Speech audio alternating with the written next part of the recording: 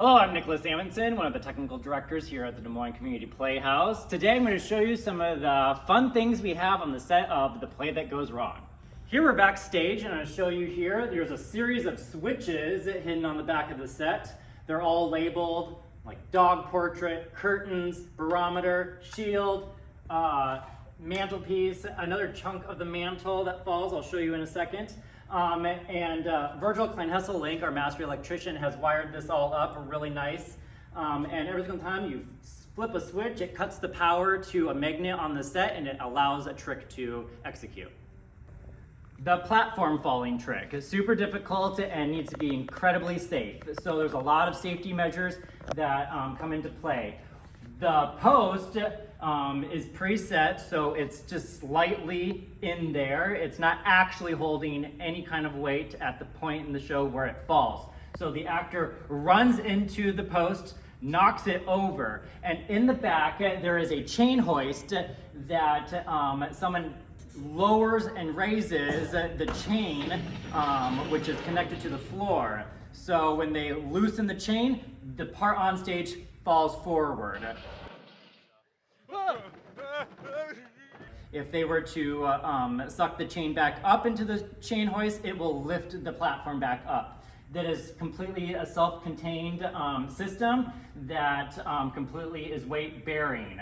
The chain hoist does most of the work. There is some sandbags on the back to help counteract some extra weight of like the actors and the furniture on the platform as a safety measure. Just in case something were to happen to the chain hoist, but it's a pretty much foolproof operation. All right, the mantelpiece. As you saw in the back, the series of switches, once deactivated, the mantelpiece falls like so. You can see here in the back, there's a chunk of metal embedded into the mantelpiece and a magnet hidden in the set. Then the upper decorative part also falls. It's called the cartouche. It also has a piece of metal on the back and a magnet here embedded in the wall.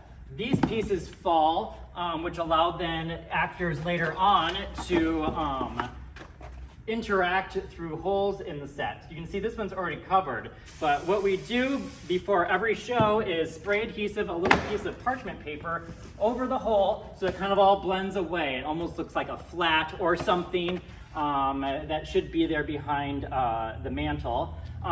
Later, when the mantle is gone and they say, put it on the mantle, a crew person in the back punches through the hole, and then the performer on set hands the crew person the prop that's supposed to go on the mantelpiece. Portrait, same way, deactivates and it falls from the magnet on the wall. There's a little ledge here that the portrait sits on, and Nate Jorgensen uses that ledge to be able to know right where the magnet is. So he uses that as a reference point so he can get the portrait up every single time flawlessly. Come now, Collymore. It's well known you're overprotective of your sister. I'll get it.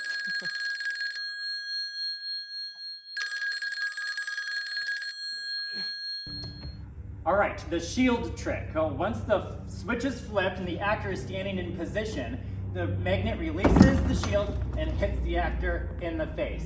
Clearly he's far enough away that it actually isn't happening, but from the audience, it looks like it smacks him right in the face.